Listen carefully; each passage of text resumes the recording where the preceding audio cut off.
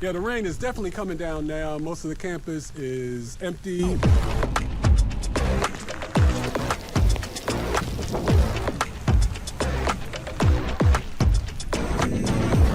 And I'm gonna go in here and check on our band students. They're about to get ready to head off campus and get to safety.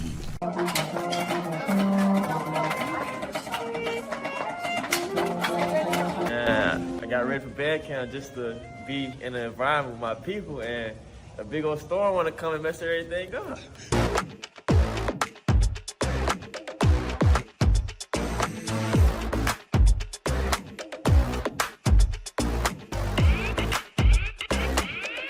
Honestly, I'm feeling pretty calm because I know that the band got me. I know that Savannah got me. So even though we've been hit with this, I know it's gonna pass, and then we're gonna come back like it never happened because we strong.